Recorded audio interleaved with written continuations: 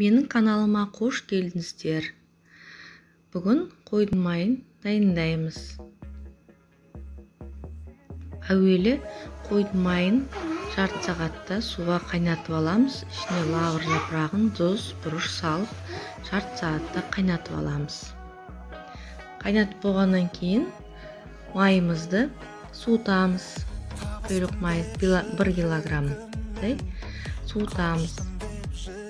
Сосын қоспасын дайындаймыз. Қоспасын дайындап бір ыдысқа араластырып аламыз. Тұз, сарымсақ, бұрыш, паприка, лавр жапырағы, морковка по-корейски приправасы және қызыл бұрыш. Осындай ыдыс дайындап қоямыз. Осы ыдысқа салып, тоңазытқышқа салып қоямыз. Мұздатып. Ең әуелі тұз саламыз. Сарымсақ,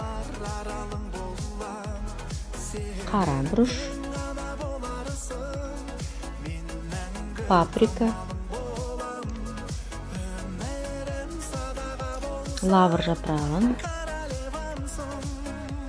морковка по-корейски приправасын саламыз.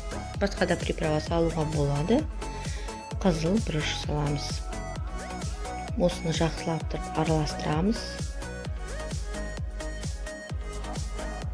Мінекей, осылай майдың бәрін осылай жағып,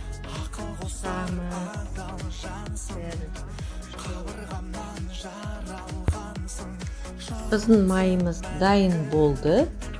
Мінекей, енді тоңазытқышқа салып қоямыз.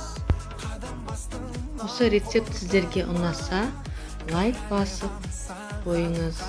Назарларыңызға рахмет. Сау болыңыздар.